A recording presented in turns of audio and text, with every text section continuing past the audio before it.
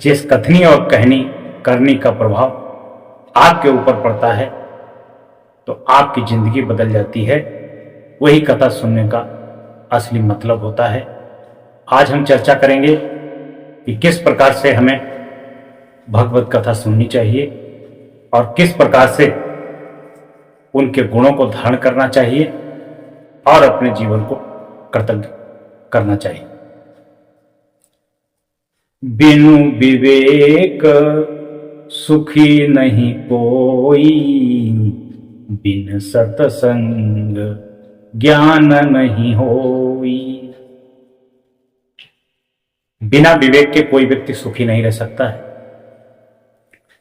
और ज्ञान और विवेक पुस्तकों से आता है, सत्संग से आता है और अनुभव से आता है। जब तक व्यक्ति की चेतना जागृत नहीं होगी, व्यक्ति की बुद्धि विकसित नहीं होगी, जब तक वह व्यक्ति कभी सुखी नहीं हो सकता है। चाहे कितना लंबा राजपाट हो, कितनी बड़ी धन दौलत हो, कितनी भोग सामग्री हो, लेकिन जब तक विवेक नहीं होगा, जब तक वह व्यक्ति सुखी नहीं रह सकता। किसी भी सत्संग में जाइए, किसी भी प्रवचन में जाइए, सत्संग को कैसे सुनना चाहिए, सत्संग को कैसे श्रवण करना चाहिए, इस संबंध में एक चौपाई रामचरितमानस में है कि सुनी समुझई जन मुदित मन, मज्जई अति अनुराग, लही चार फल अच्युतनु, साधु समाज प्रयाग। इसमें बताया गया है कि किस प्रकार से सत्संग में, भजन कीर्तन में, भागवत में जाना चाहिए और किस प्रकार से उसको सुनना चाहिए। यदि जो सच्चे मन से सुनता है और बताए गए आचरण को धारण करता है, उसका जीवन धन्य हो जाता है। इस चौपाई के माध्यम से बताया गया है कि सुनी समझई सब मुदित मन, मज्जई अति अनुराग। कि जो कथा भागवत की चौपाई को, कथा भागवत के व्याख्यान को सुंदर स्वभाव से, प्रसन्न चित्त से सुनता है और उसमें ज्ञान को ग्रहण करके अपने दैनिक जीवन में उतारता है, दुनिया के सारे सुख, दुनिया के सारे दुख भूलकर जो प्रवचन में, सत्संग में, भगवत में विलीन हो जाता है, मस्ती में मस्त रहता है, झूमता है और उस आचरण को अपने व्यवहार में उतारता है, उसका सत्संग सुनना, उसका प्रवचन सुनना, उसकी कथा सुनना, उसकी रामायण सुनना सार्थक हो जाता है, क्योंकि उसके अंदर भगवत गुण विद्वान हो जाते हैं और वो व्यक्ति पूजनीय और वंदनीय बन जाता है। इसलिए अपने आचरण को चमकाइए, अपने चरित्र को भी चमकाइए। आपने देखा होगा स्वामी प्रेमानंद आज के युग में महान संत हैं, जिन्हें श्री हरि द्वारा विशेष कृपा पात्र बताया गया है। विशेष हरि की कृपा है कि 20 साल से उनकी दोनों किडनियां खराब हैं, फिर भी वे समाज के लिए सेवा करते हैं, भक्ति का प्रचार प्रसार करते हैं, ईश्वर का गुणगान करते हैं। श्री रामचरितमानस में एक चौपाई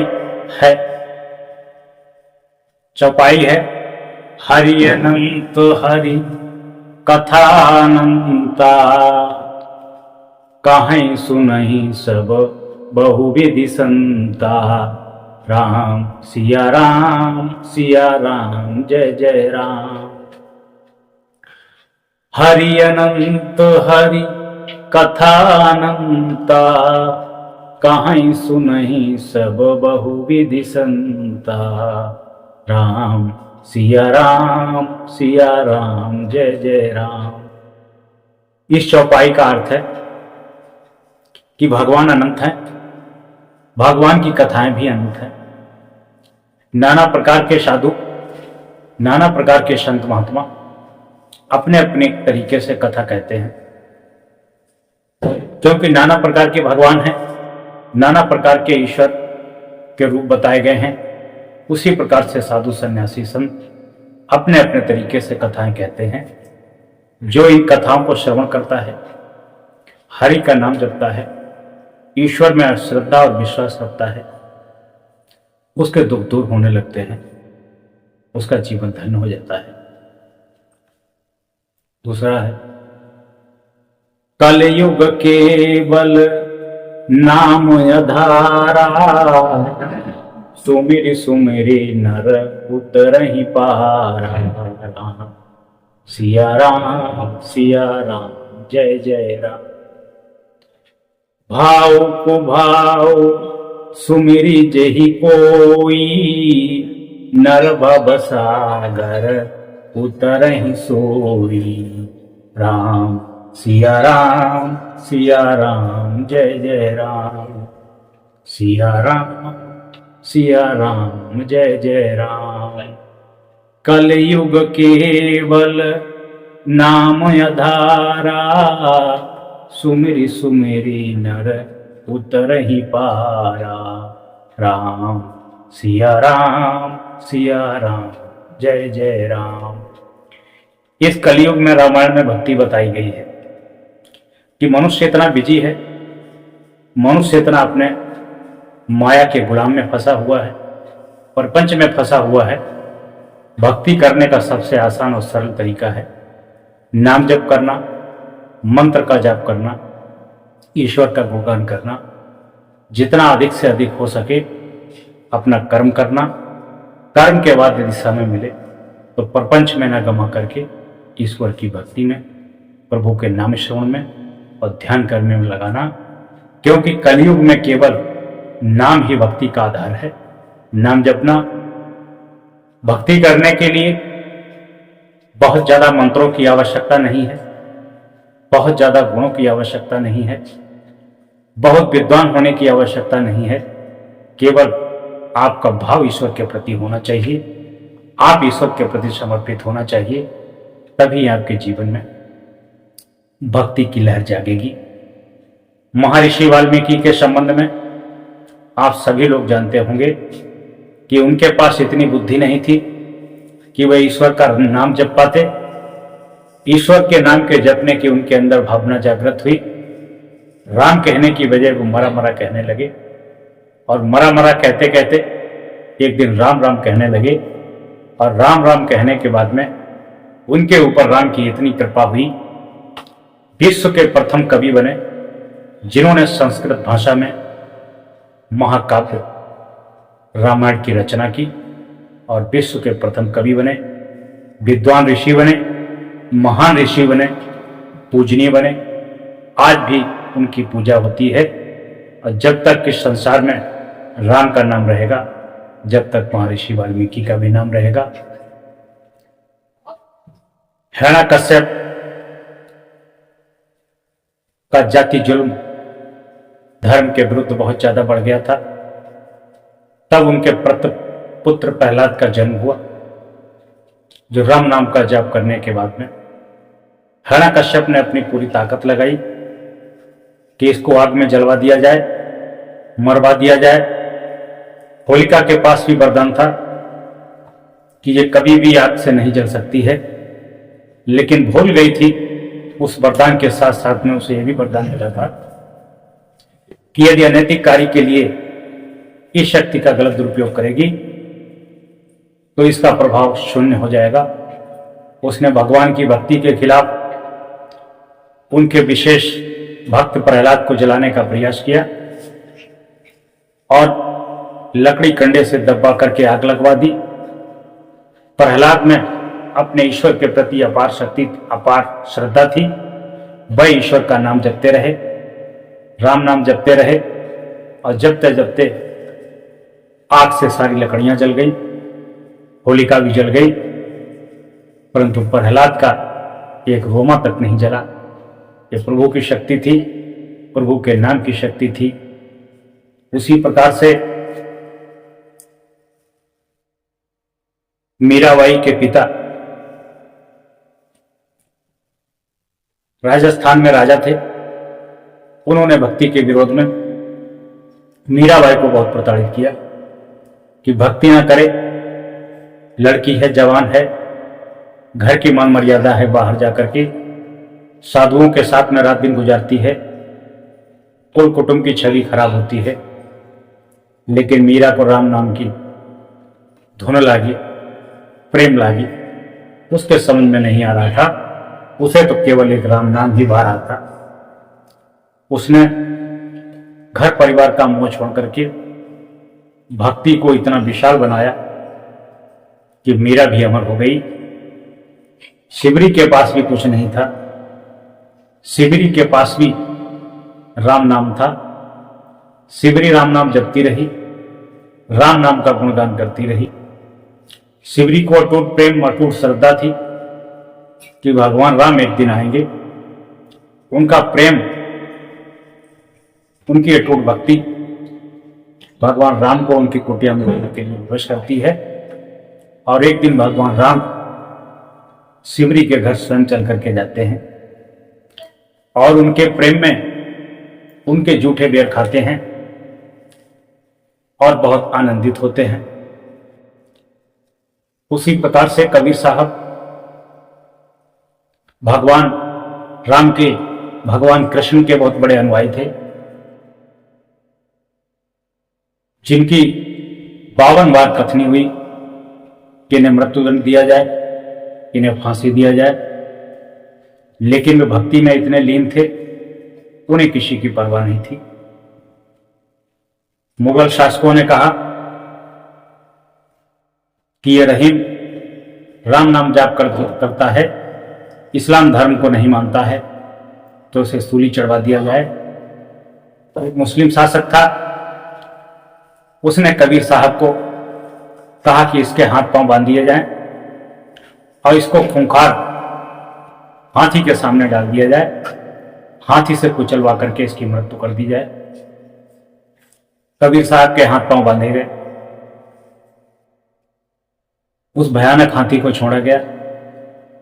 जैसे हुआ हाथी कबीर साहब के समक्ष उनको रोकने के लिए जाता था, तभी उस हाथी को कबीर साहब नहीं बल्कि शेर दिखाई देता था, बबर शेर दिखाई देता था। और वो हाथी चिल्ला करके वापस चला आता था। राजा ने कहा कि कबीर को अब तक क्यों नहीं मारा गया? हाथी को हाँकने वाले को पहलवान कहा जाता है। पहलवान ने राजा को बताया कि हाथी कबीर साहब को मारने में असमर्थ है, उनके पास जाता है फिर पुनः चीख करके वापस आ जाता है। राजा ने कहा कि ये हमारे सामने दिखाओ। तब राजा स्वयं हाथी पर बैठकर कबीर साहब को मरवाने के लिए गया। तो राजा ने स्वयं देखा कि जो कबीर थे, जब हाथी पास में जाता था तो वो बबर शेर बन जाता था, इसलिए हाथी चीख करके पुनः वापस आ जाता था। ये उनकी भक्ति और नाम शक्ति का परिणाम था। इसलिए कबीर साहब भी अपना जीवन बचा पाए। तो कलयुग में केवल नाम सुमरने से ही भक्ति होती है और गुणगान होता है। कबीर साहब को 12 बार मारने का प्रयास किया गया, 52 बार, लेकिन ईश्वर की कृपा से बस सदैव बचते रहे।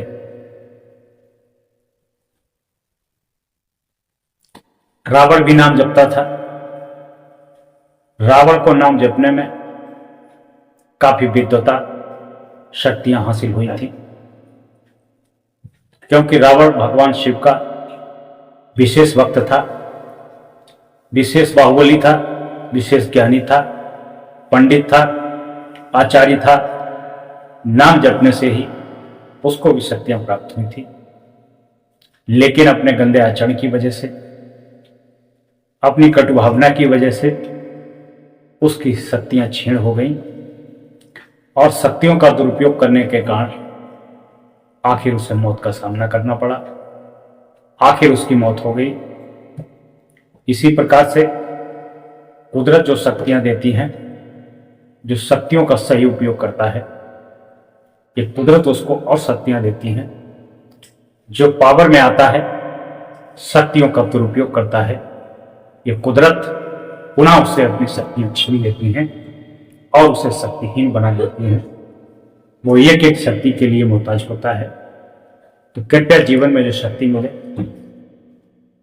उनको संभाल के रखना और उनके सर्वजन सर्वहिताय में शक्तियों का उपयोग करना। जीवन में सर्वप्रथम अपने स्वास्थ्य पर ध्यान देना, अपने स्वास्थ्य को ठीक रखना, तभी आप सही से भक्ति कर पाएंगे, तभी से परिवार का पालन पोषण कर पाएंगे और अपने बच्चों को उचित शिक्षाएं देना और शिक्षा के साथ साथ उनको संस्कार भी दे देना और जीवन में धन इतना कमाना कि धन की कमी ना पड़े। एक इसकी कहावत है कि साईं इतना दीजिए जामय कुटुंब समाज, मैं भी भूखा ना रहूं साधु भूखा जाए। और उससे प्रार्थना करना, वंदना करना कि इतना मुझे देना, साईं इतना दीजिए जामय कुटुंब समाज, मैं भी भूखा ना रहूं साधु भूखा जाए। अधिक धन दौलत नहीं देना, इतनी दौलत जरूर देना कि मैं भी भूखा ना रहूं और मेरा परिवार भूखा ना रहे, अर्थात परिवार के लालन पालन में कोई कमी ना रहे, कोई समस्या ना आए और जो मेरे घर में साधु संत आए, अतिथि आए, प्रेमी जन आए, वे भी भूखे ना जाएं, उनका भी सत्कार हो सके, इतना अवश्य देना। दूसरी बात, बच्चे हमारे देश के भविष्य हैं, बच्चे ही कल के नागरिक होंगे, बच्चे ही कल के भविष्य होंगे, बच्चों से ही देश जागृत होगा, बच्चे ही देश को चलाएंगे। बच्चों को उत्तम शिक्षा के साथ साथ संस्कार देना ताकि वो देश को सही दिशा में लेकर के चल सके और अपने देश की तरक्की व उन्नति कर सके। परिवार में समता सुमति से रहना, कम खा लेना, लेकिन परिवार की एकता और अखंडता को कभी टूटने मत देना, क्योंकि व्यक्ति के पास बहुत सारे धन होते हैं। एक पैसे का धन होता है, एक बुद्धि का धन होता है, एक मनोबल भी धन होता है, एक परिवारजनों का भी धन होता है।